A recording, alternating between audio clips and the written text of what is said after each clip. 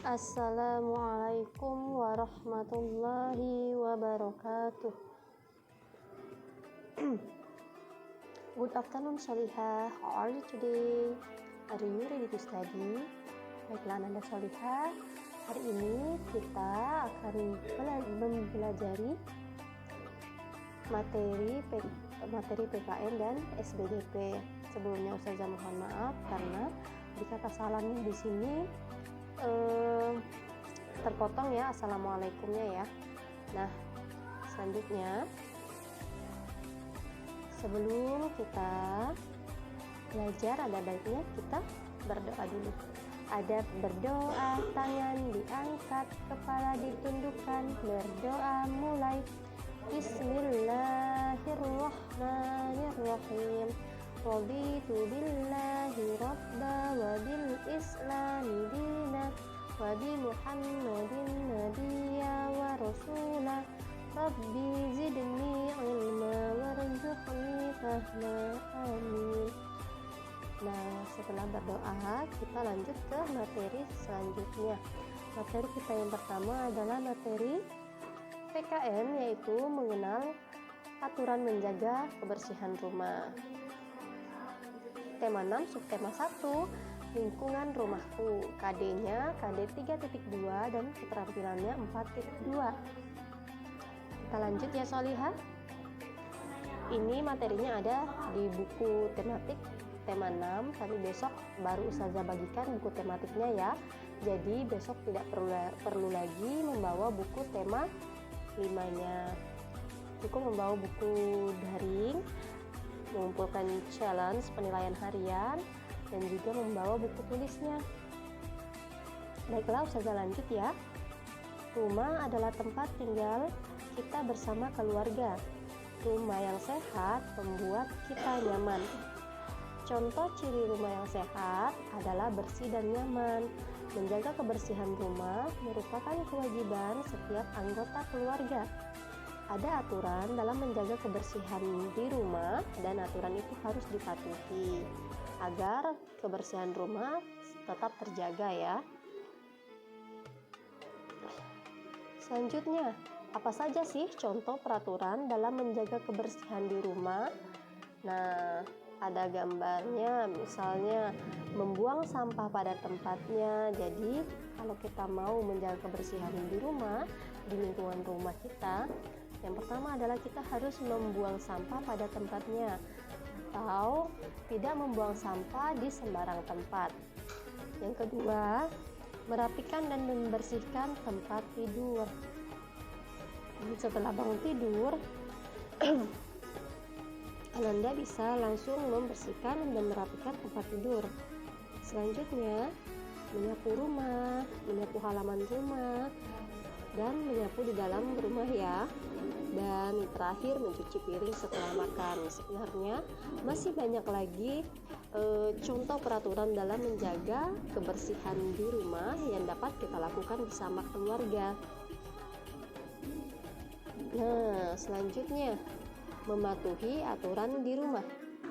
Apa saja sih peraturan di rumah harus kamu patuhi? Salah satunya mematuhi aturan menjaga kebersihan rumah.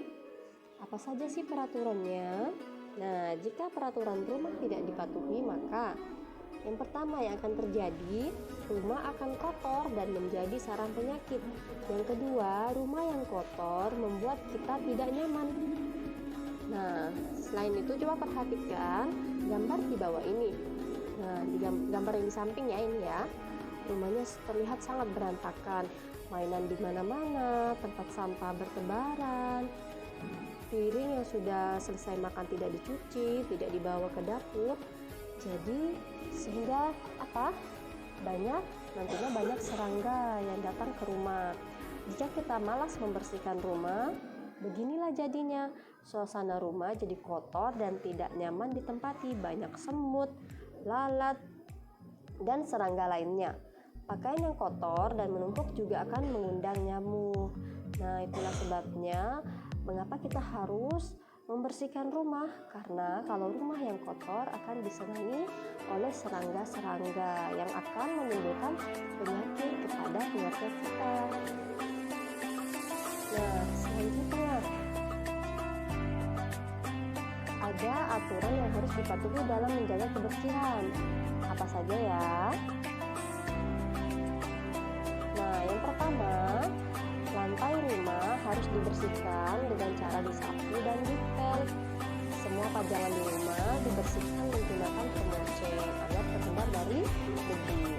Yang ketiga, merapikan mainan setelah bermain. Ya, kalau setelah bermain kita tidak merapikan mainannya, maka rumah akan terlihat berantakan dan terlihat tidak nyaman untuk ditinggali. Selanjutnya, kaca jendela harus dibersihkan menggunakan lap atau pemoceng. Nah tadi itu dia ya, tadi pelajaran PKN-nya. Sekarang kita lanjut ke pelajaran SBGT mengenal bunyi kuat dan bunyi lemah. Tadinya 3.2 dan 4.2. Nah, bunyi itu dibedakan menjadi 2. Ada apa saja? Pertama, bunyi kuat dan bunyi lemah. Bunyi kuat yaitu yang terdengar sampai jauh. Bunyi yang lemah bunyinya yang hanya bisa didengar dari dekat. Untuk membedakan jenis bunyi dapat menggunakan tepukan tangan. Yang pertama misalnya tepukan kuat untuk bunyi yang kuat, tepukan lemah untuk bunyi yang lemah. Nah, ada di sini juga ya contoh bunyi kuat dan bunyi lemah. Untuk yang pertama, contoh bunyi kuat, contohnya ya bunyi petasan, bunyi halilintar, bunyi bel, bunyi klakson. Nah, setelah itu, sedangkan contoh bunyi lemah, bunyi orang yang berbisik, bunyi orang berjalan tanpa alas kaki, bunyi tetesan air, dan bunyi desis ular. Dan masih banyak lagi contoh-contoh yang lainnya ya Solihah. Selanjutnya, nah di buku tematik ada lagu ya, di situ bisa disimak lagunya yang berjudul Si Nyamuk Nakal. Nanti Ustazah akan kirimkan link YouTube-nya untuk Ananda Solihah belajar menyanyikan nadanya ya, menyanyikan lagu Si Nyamuk Nakal ini. Lagu tersebut bisa kita nyanyikan dengan variasi bunyi kuat dan lemah. Nanti Ananda Solihah bisa mempraktekkan ya, ataupun besok kita bisa bernyanyi bersama-sama ya. Tapi sebelumnya Ananda Solihah harus menonton dulu di video yang nanti Ustazah kirimkan. Nah, contohnya, ayo mencoba. Cobalah nyanyikan syair lagu berikut. Nyanyikan bagian yang diberi tanda biru dengan suara yang lemah. Nah, jadi yang ditanda biru itu dinyanyikan dengan suara yang lemah. Nyanyikan bagian yang diberi tanda merah dengan suara yang kuat. Nah, jadi sudah ada yang udah dibagi ya, mana yang kuat, mana bunyi yang, mana suara yang kuat dan mana suara yang lemah. Yang biru adalah suara yang lemah, yang merah adalah suara yang kuat. Nah, Ananda Solihah bisa mempraktekkannya di rumah atau besok kita bisa menyanyikannya bersama-sama.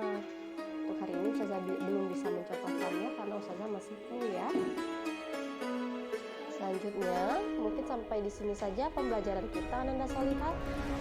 Materinya dipelajari, dipahami, karena besok Ustazah akan memberikan challenge mengenai materi PKN, aturan di rumah, aturan membersihkan atau menjaga kebersihan di rumah, dan SBGT mengenal bunyi kuat dan bunyi lemah. Nah, Ananda Solihah itu saja dulu ya pembelajaran kita hari ini. Terima kasih sudah menyimak. Jangan lupa hadis yang sudah Ustazah kirimkan itu dihafalkan, dan untuk hafalannya, sekarangnya semangat ya. Baiklah Ananda Solihah, sebelum Ustazah mengakhiri video kali ini, ada baiknya kita berdoa dulu. Doa setelah belajar. Bismillahirrahmanirrahim. Subhanakallahumma wa bihamdika asyhadu an la ilaha illa anta astaghfiruka wa atubu ilaik. Wassalamualaikum warahmatullahi wabarakatuh.